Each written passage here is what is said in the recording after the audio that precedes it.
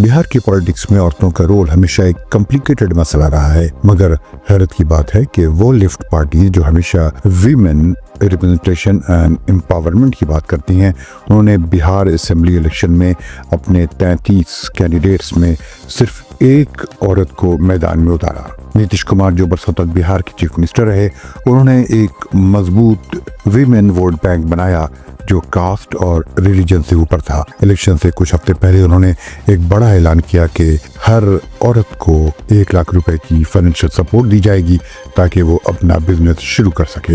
लेकिन इस women friendly माहौल के बावजूद लेफ्ट अलायंस खुद वीमेन कैंडिडेट्स को आगे लाने में नाकाम रहा।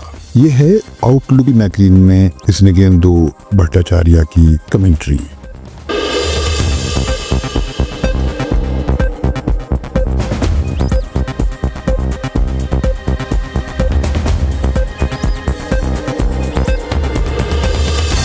सीपीआई, सीपीएम और सीपीआईएमएल लिबरेशन जैसी पार्टीज में से मजमूई तौर पर सिर्फ 3 वीमेन कैंडिडेट सामने आई, जिनमें से सीपीआईएमएल की दिव्या गौतम को 50,990 वोट्स मिले, मगर वो भी सीट न जीत सकी। लेफ्ट का टोटल परफॉर्मेंस भी नीचे हुआ। 2020 में उनकी सीट्स 6 थी, इस बार सिर्फ 4 रह गई। दूसरी तरफ वीमेन वोटर्स ने तारीखी हिस्सा लिया। वीमेन टर्नआउट 71.7% रहा, जबकि मर्दों का टर्नआउट 62.8%। बिहार में पिछले 20 सालों से औरतें मर्दों से ज्यादा वोट डाल रही हैं, जिसने इलेक्शन आउटकम्स पर काफी असर डाला है। समाजी इंडिकेटर्स भी बिहार में खास पिक्चर पेश करते हैं। 2011 में वीमेन लिटरेसी सिर्फ 51% थी। नेशनल फैमिली हेल्थ सर्वे के मुताबिक 17 से 19 साल की 78% लड़कियां शादीशुदा थीं और 55% औरतें घर की जिम्मेदारियों में फंसी हुई थीं।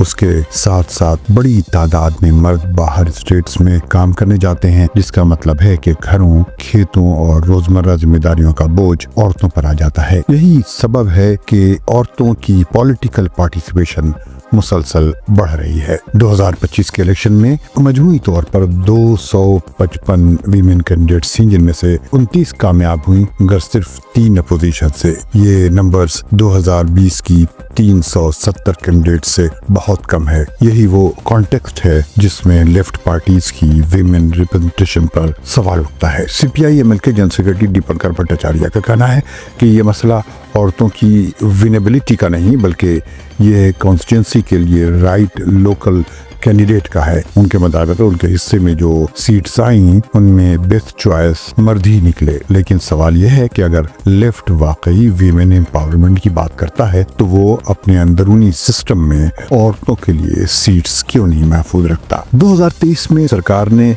वीमेन रिजर्वेशन बिल पास किया, जिसके तहत लोकसभा और असेंबली की 1/3 सीट्स औरतों के लिए रिजर्व्ड होंगी, मगर इम्प्लीमेंटेशन नई सेंसस और नई डिलिमिटेशन के बाद ही मुमकिन है, यानी अभी कई बरस बाकी हैं। लेफ्ट लीडर्स का कहना है कि वीमेन इश्यूज मुसलसल डीप है, जैसे मर्दों का माइग्रेशन, जिसकी वजह से घरों की जिम्मेदारी औरतों पर आ जाती है, आशा और जीविका वर्कर्स की कम सैलरीज और पॉलिटिक्स में मनी मसल पावर जो औरतों को आगे बढ़ने नहीं देती।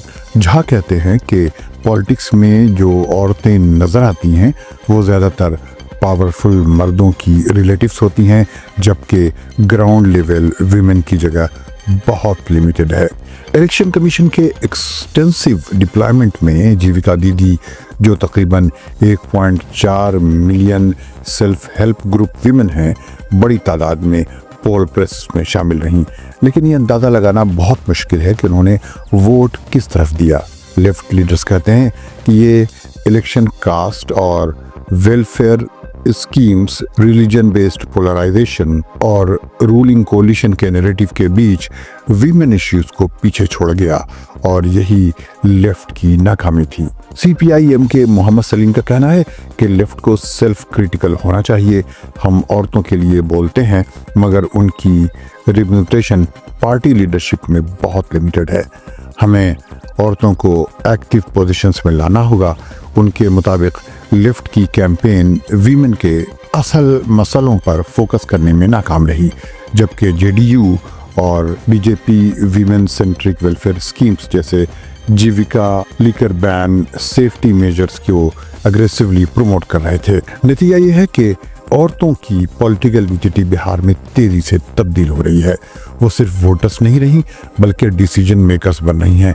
मगर लेफ्ट पार्टी इस बदलते हुए मंजर को समझने, अपनाने और उससे सीखने में पीछे रह गईं। अगर लेफ्ट को वाकई वीमेन एम्पावरमेंट का दावा बरकरार रखना है तो उसे अपने कैंडिडेट सिलेक्शन, पार्टी स्ट्रक्चर और ग्राउंड एंगेजमेंट में औरतों को पहली सफ में लाना पड़ेगा। बेहतर तो होगा कि आप आउटलुक मैगजीन का ये आर्टिकल खुद पढ़ें, लिंक डिस्क्रिप्शन में दिया जा रहा है।